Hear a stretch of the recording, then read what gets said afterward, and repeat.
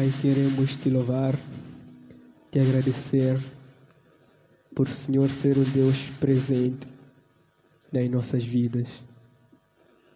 Queremos te louvar, Pai, porque mesmo quando chega aqueles momentos que nós nos encontramos talvez fracos por algum motivo, o Senhor é um Deus que se preocupa conosco e fala conosco, não desiste, Pai, de nós. E assim nós nos voltamos novamente, Pai, a Ti, ó Deus. Nós queremos te entregar, Pai, neste momento todo o culto, tudo que irá acontecer, Pai, neste lugar, que entregamos, Pai, o estudo, Pai, que irá decorrer neste lugar, entregamos, Pai, ao louvor também que irá partir deste lugar, e assim como entregamos, Pai, cada pessoa, Pai, que estará até adorando, Pai, com auxílio do seu telemóvel ou computador, acompanhando este culto, Pai, seja agora ou numa outra ocasião. Então, Pai, nós te louvamos e te agradecemos, Pai, pela Tua presença neste lugar, pela Tua presença, Pai, sobre a Tua igreja. Nos oramos e agradecemos, no nome de Jesus. Amém.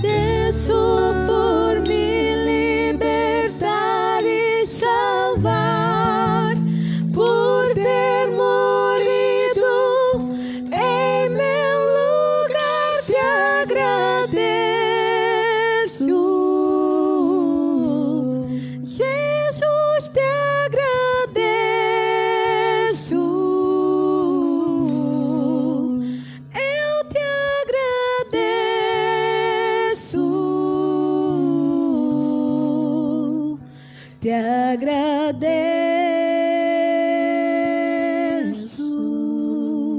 Obrigado, Senhor. Nós só temos que te agradecer. Te agradecemos pelo dia maravilhoso que o Senhor tem nos dado. Te agradeço como povo de Deus, mas como igreja, no mesmo espírito, e talvez mais unidos do que nunca, onde o Senhor Jesus, por causa dos meios que nós usamos, ultrapassamos o denominacionalismo, ultrapassamos, Senhor Jesus, as barreiras do local de adoração, e nós vamos como igreja verdadeira de Cristo adorar ao Senhor. Te louvamos, Senhor Jesus, porque sabemos que nada somos sem o Senhor. Tu és tudo para nós. Como João bem orou, como João bem disse, como João bem ministrou, é necessário que eu diminua e Jesus Cristo cresça. Oramos, ó Pai amado, que enquanto nós aprendemos da Tua palavra, realmente nós possamos diminuir e que o Senhor Jesus Cristo possa crescer. Senhor, nós te adoramos nesta hora e oramos, ó Deus amado, que todos nós possamos estar conectados na Tua palavra, aprendendo aquilo que o Senhor tem dito, os Teus desígnios, ó Deus, Teu conselho, ó Pai, que todos nós possamos aprender dele. Nós oramos assim, agradecidos por todos aqueles que estão conectados agora e aqueles, ó Deus amado, que vão se conectar depois. Que, ó Deus amado, seja um tempo, Pai, de adoração, de aprendizagem, Senhor, a Ti. E como acabamos de cantar, eu te agradeço. Em nome de Jesus, nós somos gratos a Ti. Amém. Quero saudar a toda a igreja em nome do Senhor Jesus Cristo. Nós temos o privilégio hoje de estarmos aqui para aprender a palavra do Senhor. E é um grande desafio para nós, sim, ministrar com pouco que nós temos mas fazemos esse esforço com alegria para que você ali em casa possa se sentir também cultuando conosco. É um grande desafio para nós, sim, porque nós queremos que toda a igreja possa estar junto, mas é verdade que a distância nos separa, mas estamos no mesmo espírito. Assim como Paulo escreve para os Efésios, estando ele numa prisão, não sentia-se distante deles em espírito, mas em pessoa. A igreja está junta e nós queremos adorar ao Senhor por isso. Hoje nós vamos juntos estudamos a palavra de Deus aqui no Efésios capítulo 4. E nós estaremos vendo ali a partir do versículo 17 até ao final deste capítulo. É um capítulo que, como nós dissemos assim, a primeira parte, Paulo traz a parte teológica no livro de Efésios, versículo 1, o capítulo 1, capítulo 2, capítulo 3. E quando ele entra no capítulo 4, ele vai para a parte prática. E é essa parte prática que nós agora estamos a estudar.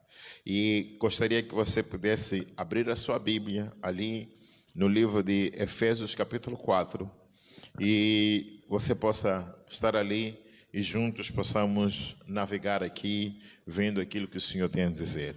Enquanto eu leio a palavra de Deus, gostaria que você pudesse acompanhar aí. Efésios, no capítulo 4, a partir do versículo 17.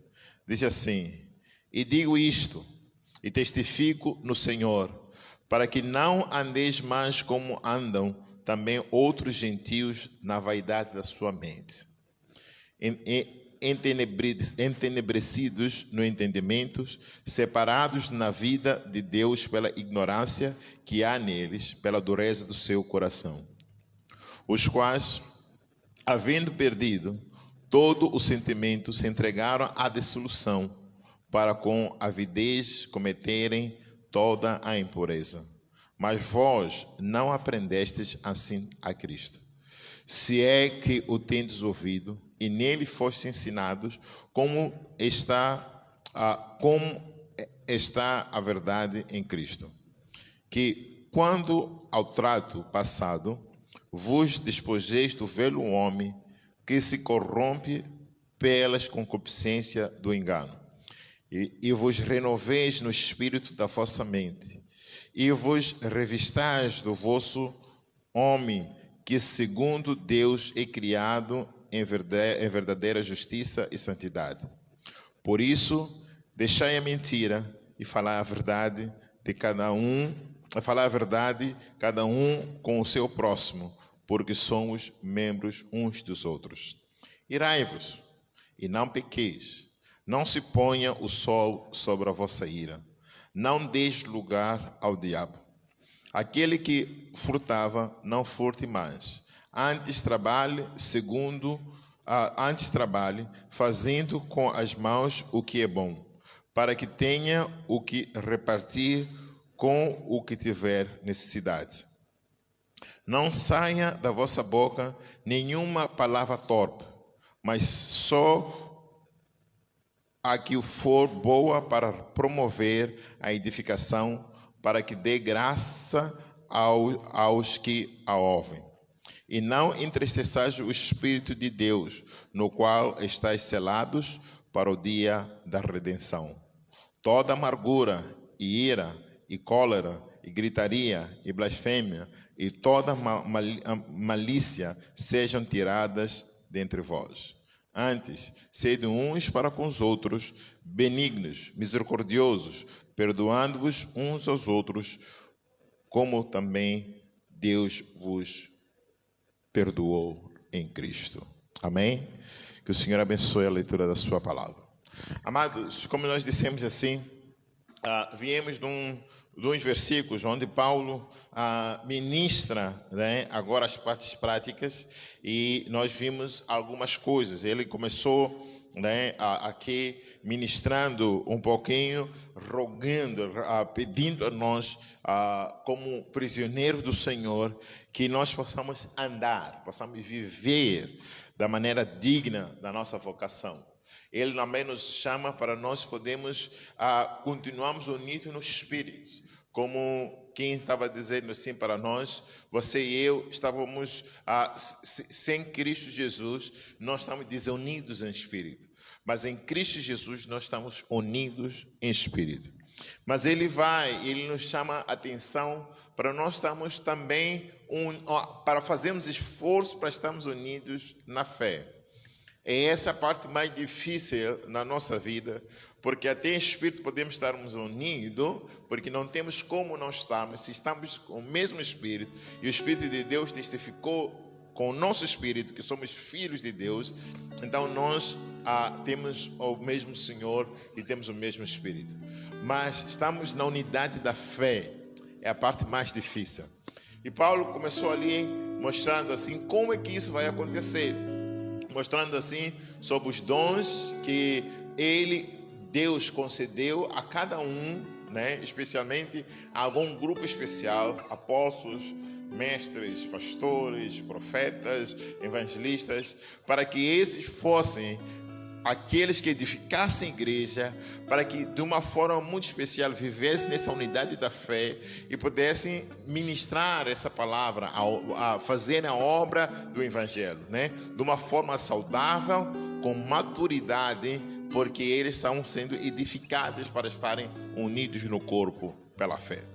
Hoje nós vamos estaremos aqui estudando nessa segunda lição, a unidade cheia do Espírito em verdade e amor, né? Nós devemos, não é possível nós estarmos cheios, temos a unidade da fé, sem estarmos cheios do Espírito e não estamos alicerçados na verdade de Deus e não estamos em amor, porque Deus é amor, Cristo é verdade e o Espírito Santo habita em nós. Então essas três verdades devem caminhar conosco todos os dias. Então Paulo começa aqui de uma forma introdutória na segunda parte que nós estamos a ver, no versículo 17. Ele diz: e digo isto, e testifico ao Senhor, para que não andeis, outra vez, Paulo traz essa expressão, não andeis mais como andam também os outros gentios. Paulo faz aqui uma divisória, né? Se estás em Cristo, não pode continuar a andar como andam outros gentios. Nós continuamos gentios, salvos, somos filhos de Abraão agora, por causa de termos sido comprados pelo Senhor Jesus Cristo, mas às vezes nos esquecemos disso e voltamos aos nossos hábitos antigos. Então Paulo está a dizer assim, não deve andar como andam outros gentios. E agora deixa parar aqui para explicar algumas coisas. Quando Paulo escreve para a igreja ali em Éfeso, tanto em Colossenses também, ele estava a escrever num contexto onde existiam muitos profetas falsos, onde existiam mestres falsos, onde existiam pessoas que colocavam em dúvida, né, aqueles que estavam a andar na verdade, colocavam em dúvida aqueles que viviam para Cristo. Então Paulo de alguma forma traz aqui essa expressão andar, que está a dizer viver, né? Ele quer que haja uma diferença daqueles que estão em Cristo e aqueles que não estão. E o cuidado que nós devemos tomar, Paulo sim fala dos outros, mas quais são esses outros? Não são todos gentios. Na verdade, Paulo estava a dizer assim, sim, a todos gentios, da forma antiga que nós vivíamos, mas Paulo também está a olhar para aqueles que estavam dentro da igreja, mas ainda não tinham, o Espírito Santo não testificou nas suas vidas, eles não tinham Jesus Cristo como Senhor e Salvador das suas vidas. Então essas pessoas estavam dentro da igreja e viviam como o mundo vive. Viviam como os gentios que não conhecem a Cristo viviam, apesar deles chamarem-se de cristãos, apesar deles estarem dentro da igreja. E é um perigo que nós temos hoje, porque as igrejas estão a crescer, nós temos movimentos evangélicos muito grandes, e nós temos assim, hoje até virou moda você ir para a igreja, não é perseguido em muitos lugares, em você fazer parte de uma igreja, até é uma forma muito boa social, quando você diz assim, eu sou cristão. Hoje eu vinha conversando com alguém e dizia assim, não, eu sou cristão.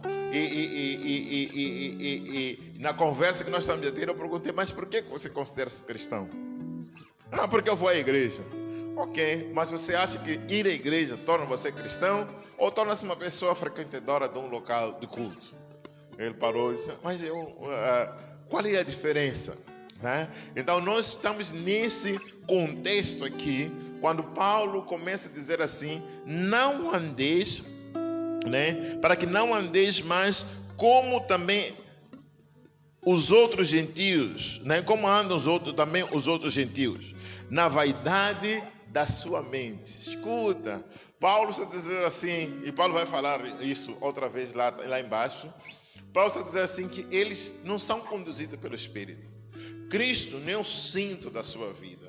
Eles são conduzidos pelos seus pensamentos e desejos. Então eles andam na vaidade da sua mente. Eles andam no conhecimento até bíblico, mas não do Senhor Jesus Cristo. Eles têm a letra, mas não têm o Espírito.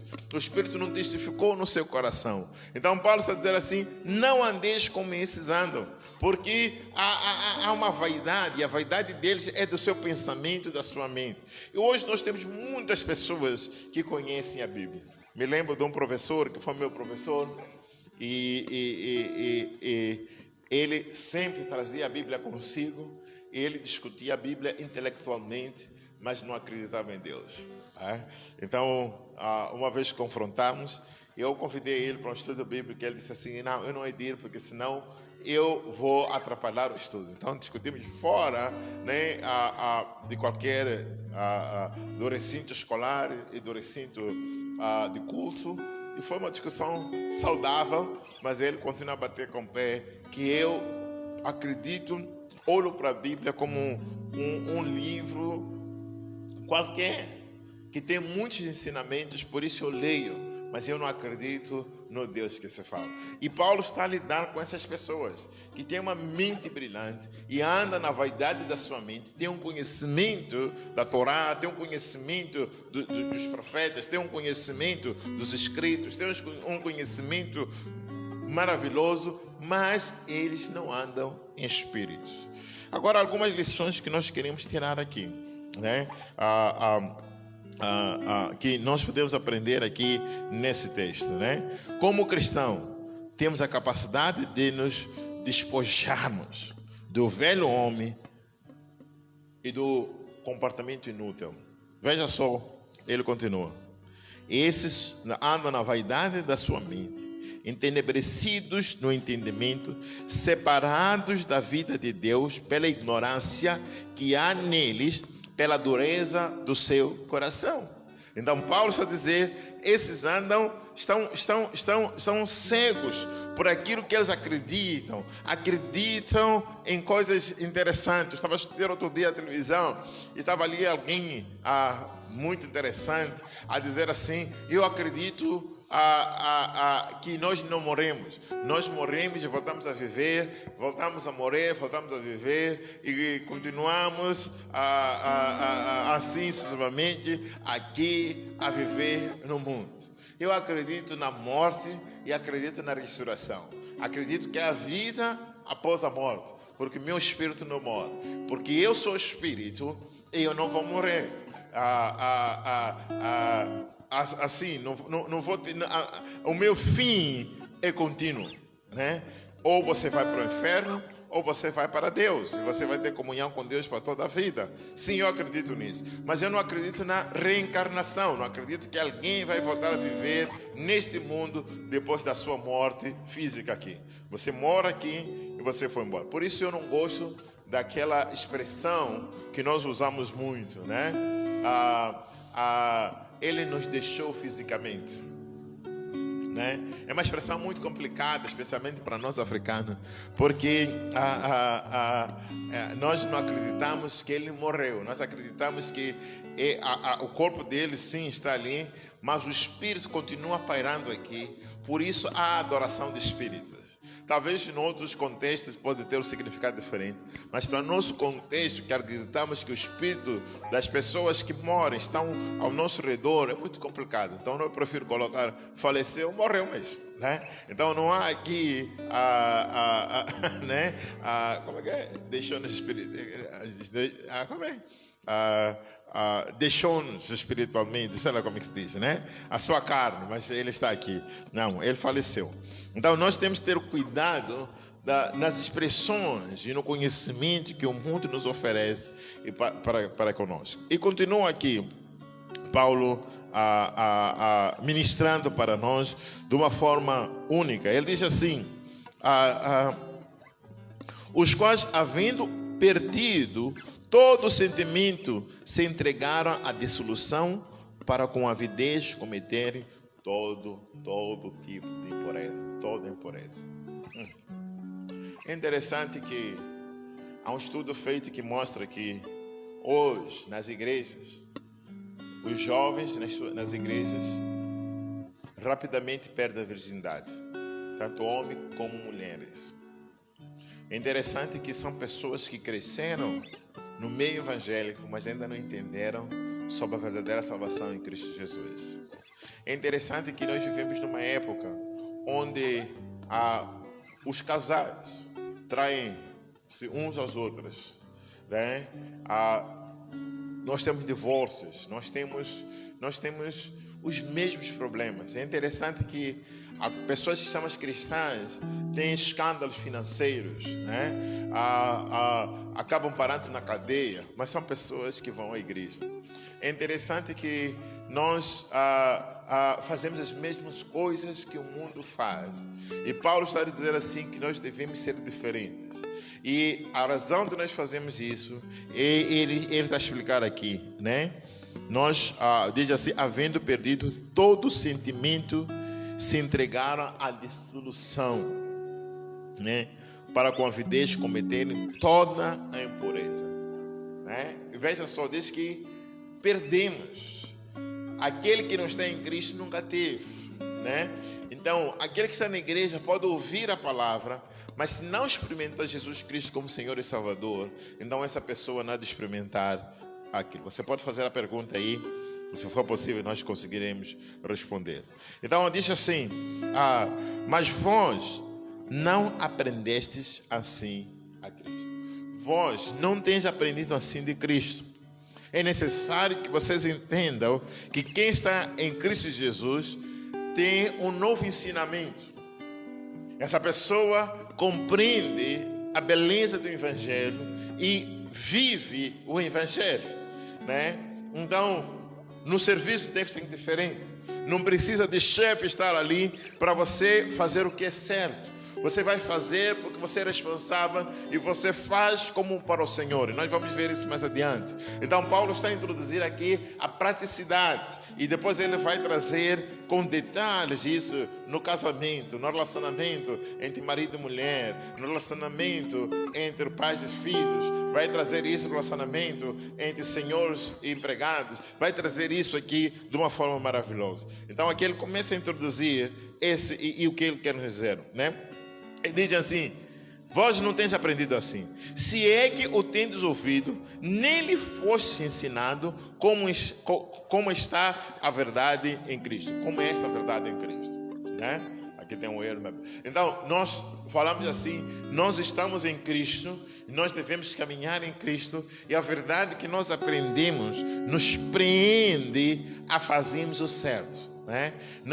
Não nos desvia da verdade. Ela nos traz para vivermos a verdade todos os dias, né? Porque a verdade habita em nós. Jesus habita em nós.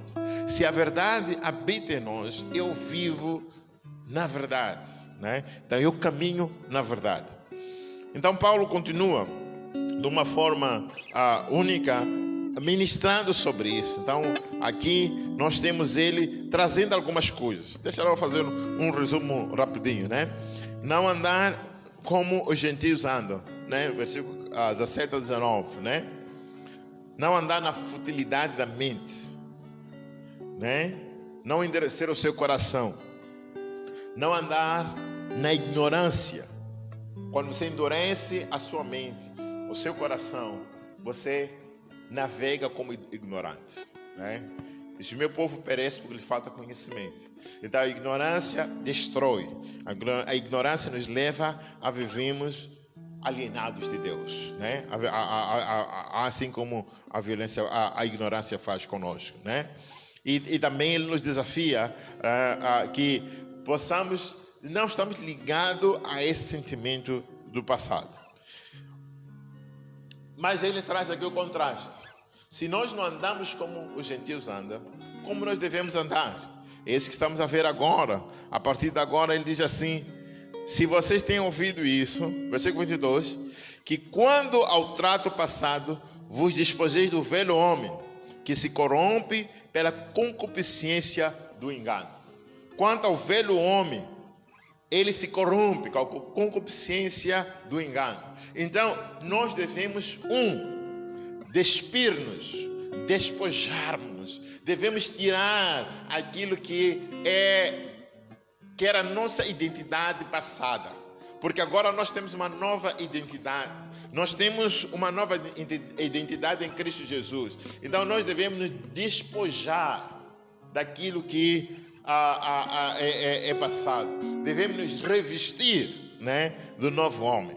Ele diz assim: e vos renoveis no espírito da vossa mente. Renovação. Paulo volta a trazer esse tema que nós encontramos um pouquinho lá em Romanos capítulo 12. Nós devemos, de alguma forma, sermos renovados, como ele está dizendo assim, que vos renoveis, né? Ou melhor, que vos renoveis no espírito da vossa mente. Interessante o que Paulo está dizendo aqui. Deve existir aqui uma renovação da nossa mente. A renovação da nossa mente está ligada à vida do nosso espírito.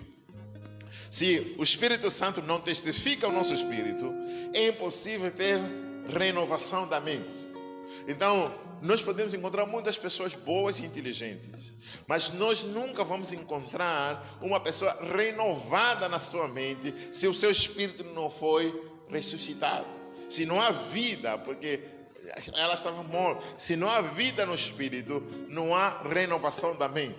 Quando Paulo diz: renoveis, para que experimenteis qual seja a boa, perfeita e agradável vontade de Deus, está a dizer assim que só acontece depois de você experimentar a Jesus Cristo no seu coração.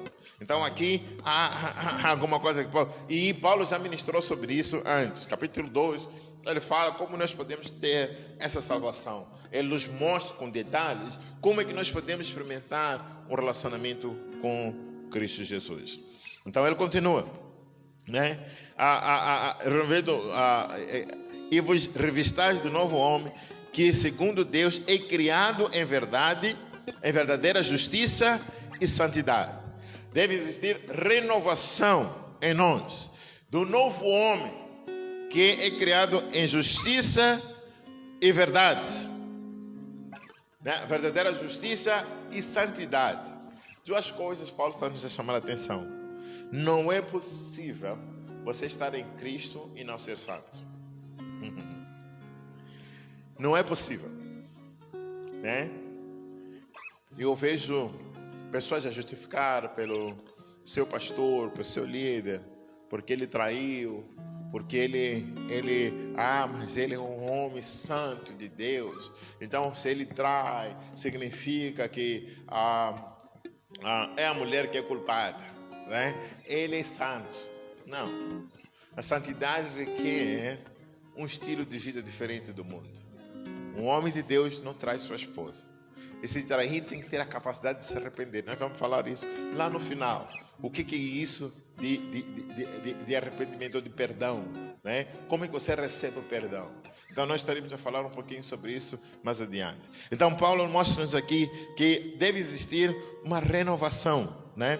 Tem que existir em nós uma renovação. E essa parte que Paulo ministra para nós de uma forma interessante, né? Eu gostaria que nós pudéssemos juntos caminhar nisso. Então Paulo diz, ao ministrar para nós aqui, ele nos dá alguns detalhes que nós vamos navegar nele, né? Adotar um novo modo de vida e um novo eu. E esse novo estilo de vida é baseado no versículo que acabamos de ler, que é criado em verdadeira justiça e santidade. Criado em verdadeira justiça e santidade.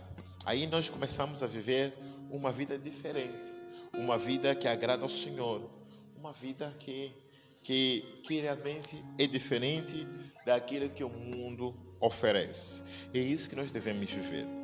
Então, Paulo continua dizendo assim: por isso, deixai a mentira, falai a verdade, cada um com o seu próximo, porque somos membros uns dos outros.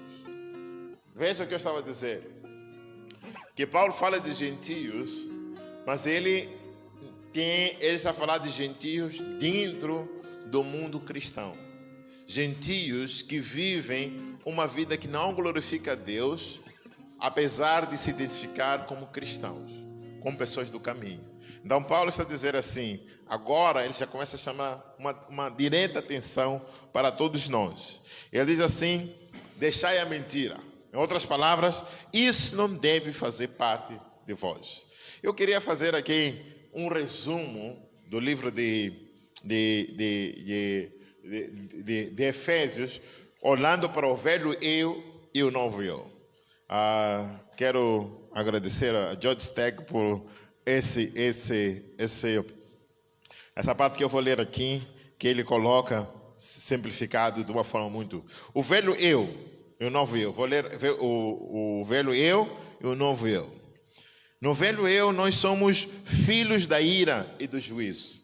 Diz ali no capítulo 2, versículo 3. O novo eu, somos filhos de bênçãos espirituais. Né? Capítulo 1, versículo 3. No velho eu, éramos escravos da sensualidade, da ganância e da impureza. Capítulo 4, versículo 19. No novo eu, né? Somos escolhidos para ser santos e irrepreensíveis. Capítulo 1, versículo 4. No velho eu, filho da desobediência. 2:2. No novo eu, filhos de Deus. 1:5. No velho eu, éramos condenados. Não tínhamos esperança. Íamos à morte. Mas no novo eu, somos perdoados. Capítulo 1, versículo 7. No velho eu, éramos ignorantes e obscurecidos da compreensão de Deus. 4:18. Nós não compreendíamos Deus, não tínhamos capacidade de entender quem é Deus. No novo eu, somos conhecedores de Deus. Aleluia. Então, né? No novo eu, nós conhecemos a Deus, nós caminhamos com Deus, nós temos relacionamento com Deus. No velho eu, éramos sujeitos à ira de Deus. Capítulo 5, versículo 6. No novo eu, somos reservados para uma herança eterna. Temos relacionamento com Deus. 1:11. No velho eu, vasos de glória, vasos da glória vil de Satanás. Brilhávamos o que o diabo dizia para brilhar. Éramos aquele ouro que não é ouro, né? Era só revestido de beleza, mas não tinha beleza. No novo eu, né? No novo eu, vaso do Espírito Santo. Então, não é simplesmente o brilhar de fora. O brilho que nós temos fora sai de dentro para fora. Porque o Espírito Santo habita em nós e Ele testificou conosco e nos faz pessoas melhores. No velho eu, mortos nos delitos e pecados. 2:1. No novo eu, vivos em Cristo. Aleluia. Você está vivo em Cristo Jesus. Antes estava morto. Agora você tem vida em Cristo Jesus. No velho eu, escravos de Satanás. 2:2. No novo eu, ressuscitados com Cristo. Nós temos vida, e a vida que nós temos é porque Cristo morreu por nós e nos ressuscitou conosco, e nós vivemos para Ele, vivemos com Ele e viveremos para sempre com Ele, juntamente com Ele. No novo eu, no velho eu, escravos de Satanás. 2:2. No novo eu, já disse isso, né? No velho eu, alvos da ira de Deus. No velho eu, alvos da graça e do amor de Deus. No velho eu, formados na carne, no mundo pelo diabo, né? No novo eu, feituras de Deus. Somos imagem perfeita de Deus. No velho eu, inúteis para o uso de Deus. 4, 18 e 19. Éramos inúteis, não tínhamos nada para oferecer para Deus. No novo eu, predestinado para as boas obras. 2:10. Antes eu podia não saber fazer, mas agora eu não tenho justificação, porque eu fui predestinado para as boas obras. No velho eu, separados de Cristo. 2:12. No novo eu, próximos de Cristo. Eu amo andar com Jesus. Eu ando com Jesus onde eu for. Esse é o novo eu. No velho eu, hostis a Deus. No novo eu, reconciliados com Deus por Cristo Jesus. 2:16. No velho eu, éramos sem Deus e as sós. No novo eu, somos concidadãos da família de Deus. Antes, andávamos sós e sem Deus. Agora nós fazemos parte desta família. Somos cidadãos do reino de Deus, concidadãos da família de Deus. E finalmente, éramos estranhos a Deus no velho eu, mas agora, habitação de Deus. Senhor habita em mim, Senhor habita em si. Aleluia. Amados, quando nós podemos estudar essas coisas, podemos ver a beleza dessas coisas, nós devemos entender uma coisa. Em Cristo nós temos a beleza, temos a parte linda da manifestação de Deus na terra. Quando nós somos novamente restaurados à imagem e à semelhança de nosso Deus. Então nós devemos para Ele. E continua, a partir do versículo 26 agora, diz assim: irai-vos, e não pequeis, não se ponha o sol sobre a vossa ira. Se nós pudéssemos ouvir essa palavra, não teríamos pessoas morrendo de ataque cardíaco, não estaríamos a sofrer de pressão alta, pressão baixa, não sei o que é. Nós teríamos aqui pessoas, não teríamos pessoas morrendo de AVC, porque pessoa que guarda ira no seu coração sofre muito. Então, Paulo está dizendo assim: não deixe amargura no seu coração. Não deixe lugar ao diabo. Guardar a ira é dar lugar ao diabo. Porque o diabo é sujo e habita em lugares sujos.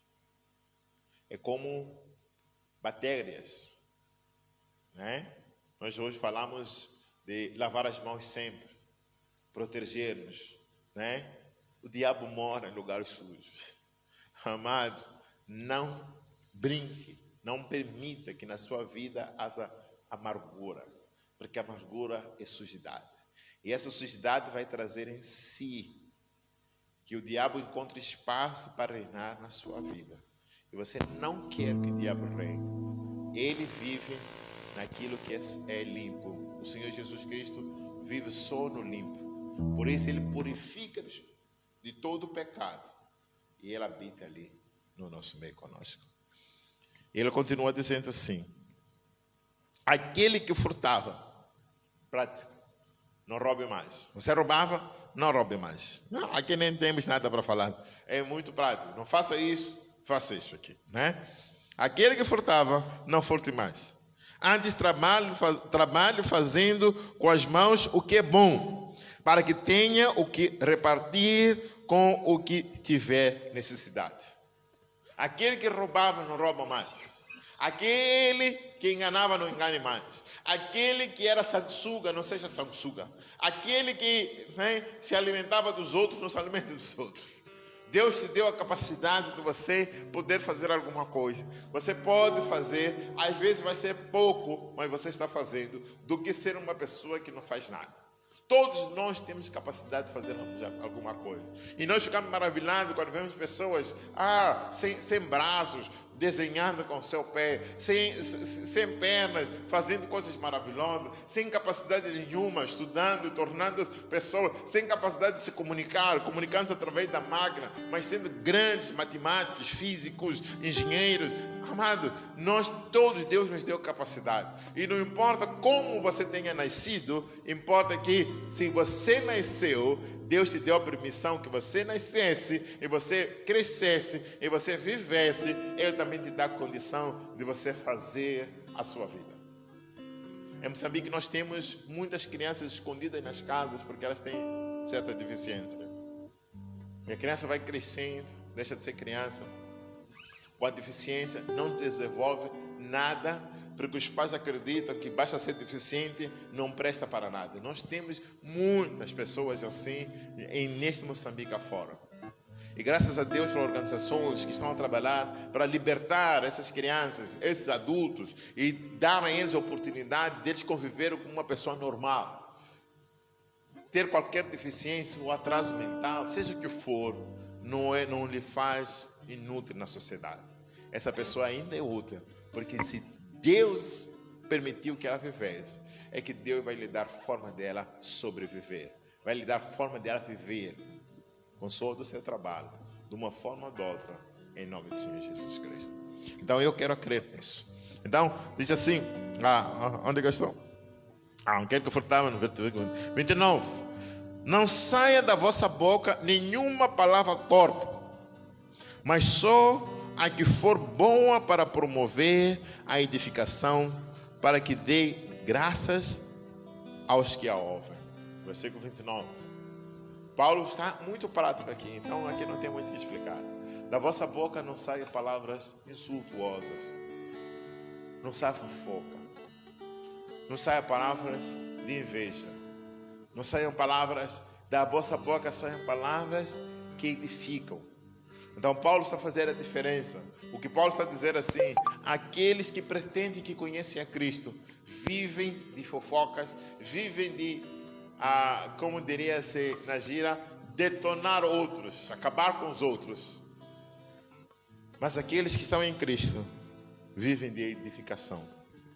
E continua: e não entristeçais o Espírito Santo de Deus, no qual vós estáis selados para o dia da redenção. Esse texto de entristecer o Espírito Santo, muito complicado. Mas entristecer o Espírito Santo, basicamente, Paulo está resumindo o que está nos ensinar. As coisas que não glorificam a Deus entristecem o Espírito Santo. Se o Espírito Santo habita em nós e nós fazemos algumas coisas que não agradam ao Senhor, nosso Deus, automaticamente nós entristecemos aquele que habita em nós. Automaticamente aquele que habita em nós se sente não sendo influenciador. Então ele não tem lugar em nós. Nós estamos a dizer, em outras palavras, você não tem lugar em nós. Deixa eu trazer esse exemplo.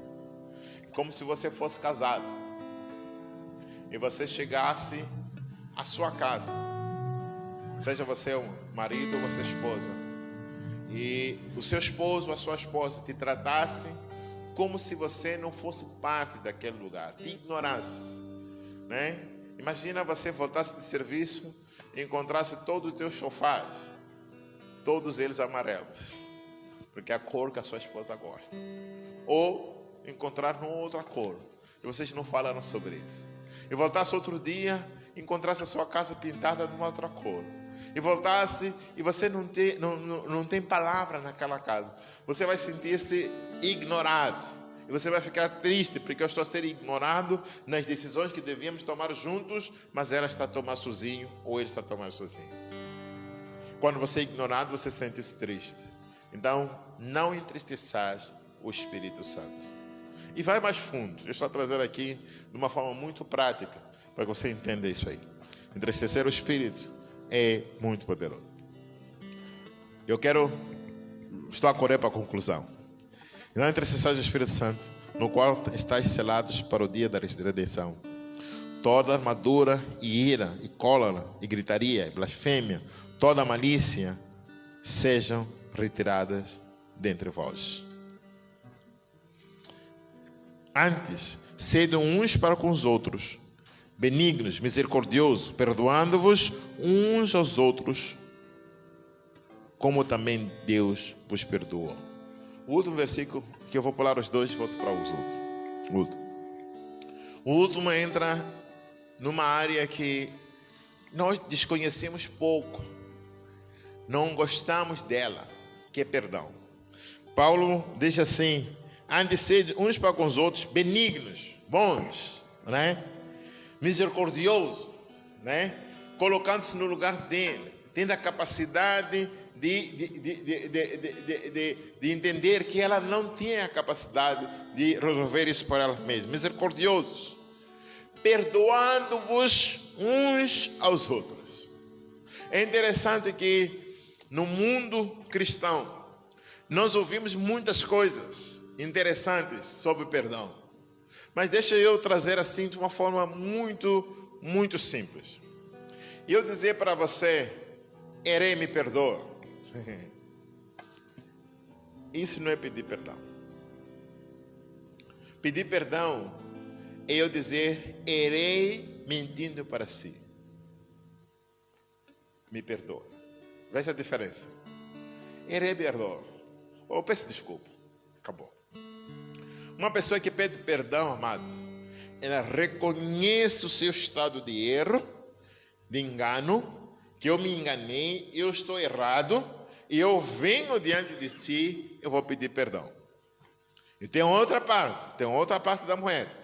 Você que escuta sobre o perdão, você tem capacidade de perdoar para não carregar isso, e aquele fardo cai sobre ele se essa pessoa não pedir perdão. Mas nós devemos ter cuidado. Por exemplo, um irmão abençoado, servo ao Senhor, ele peca traindo sua esposa. E a igreja sabe disso. Paulo diz, antes desse versículo 32, Paulo diz o seguinte: da vossa boca não deve sair nenhuma palavra torpe, nem maldizente, né? Vai mais adiante, né? Qualquer palavra que vai maldizer alguém, né? Então, significa que eu, como parte da igreja do Senhor Jesus Cristo, e agora eu não estou falando nem da igreja local, mas a igreja local é importante nisso. Quando a igreja local vai lidar com isso. Eu sei que aquele irmão cometeu um erro. Aí nós vamos para Mateus capítulo 18. Eu me aproximo dele. Eu lido com ele. Se ele não me escuta, como diz o capítulo 18 de Mateus, eu chamo outras pessoas. Até que chegar à igreja, se ele não me escutar. Mas não me dá o direito, como pessoa, como membro da igreja, falar mal daquele irmão para todas as pessoas. Isso é maldizer. E isso não traz perdão. Isso não muda a pessoa. Nós assumimos a responsabilidade de orar, buscar e confrontar. Os crentes têm problema de confrontação. Nós estamos a ver o nosso irmão errar, mas nós não queremos confrontar, porque eu tenho medo que ele haja contra mim, ou ele faça a cara feia. Amado, pode fazer a cara feia que quiser. Há um líder daqui, já não é um, mas muitos, mas tem um específico, que aconteceu alguma coisa na sua vida. E eu confrontei-o, né? E até hoje cortamos a amizade por causa da confrontação. A confrontação tem preço, mas a confrontação traz cura para si e para aquela pessoa. No Antigo Testamento a Bíblia diz, nos chama de atalaias. Diz que quando nós vimos o inimigo, nós anunciamos. Nós não vamos combater o inimigo, mas nós sozinhos não podemos combater o inimigo. Mas nós anunciamos a todos para que estejam preparados para lutar contra aquele inimigo. Amados, quando eu vejo um problema, eu tenho que vir dizer: amado, você está errado, porque a palavra de Deus diz isso. E se, porque pode ser também um inimigo no nosso meio que vai destruir outras pessoas. Por isso a Bíblia diz assim, naquele texto que nós usamos muito, né? Se nós concordamos na terra, concorda-se nos céus, e é verdade. Mas aquele texto fala-se no contexto, nesse contexto aqui, que se aquela pessoa não escuta-nos, então nós vamos concordar na terra e nós desconectamos essa pessoa. É uma das responsabilidades, provavelmente a maior responsabilidade que Deus dá à igreja. Desconectamos aquela pessoa de Cristo. Nós entregamos ela a Satanás. Nós desconectamos aquela pessoa da igreja. Igreja é o corpo de Cristo. Então nós concordamos aqui na terra e os seus concordam. Não é só quando você pensa assim, eu quero Mercedes. Eu estou a pensar no Rama. Eu estou a pensar no BMW. Não é isso. Não é esse concordar. Não é concordar. Nós podemos concordar em muitas coisas. Mas que o contexto que aquele concordar está a dizer é no contexto em que nós vamos concordar que o irmão X, já fizemos tudo para que ele saia dali. E nós até agora tratamos ele como nosso irmão. Porque ele testifica que é de Cristo. Mas a vida dele não testifica Cristo. Então nós vamos confrontando até chegar o momento, como igreja, nós concordamos que nós vamos desconectar esse irmão do corpo e os seus concordam. É isso que está a dizer aqui. Então perdão, amado, não é só dizer me perdoa, não é só dizer desculpa, é reconhecer. Vou terminar com a história do filho pródigo. Quando ele estava no sofrimento, ele lembra do seu pecado. E ele decide que eu vou voltar para casa e direi para o meu pai: Pai, pequei contra ti e contra os céus. Não sou digno de ser chamado mais seu filho. Me aceite como um servo. Veja só. Mas veja como ele fala: Pai, pequei contra ti e contra os céus. Reconhece o seu pecado. Amado, se você quer experimentar a verdadeira liberdade em Cristo, tem que saber reconhecer o seu pecado e se aproximar de Deus. Se você está aí, tem alguma pergunta, lança aí, nós vamos responder no próximo culto de estudo bíblico. Mas eu queria terminar mostrando para você. No próximo domingo estaremos entrando no capítulo 5. Eu queria que você se preparasse para isso. Mas agora eu queria, de alguma forma, dizer para si: quando você perdoa, você experimenta a graça e vive de uma maneira gloriosa para Cristo, em nome do Senhor Jesus Cristo. Esses versículos são práticos.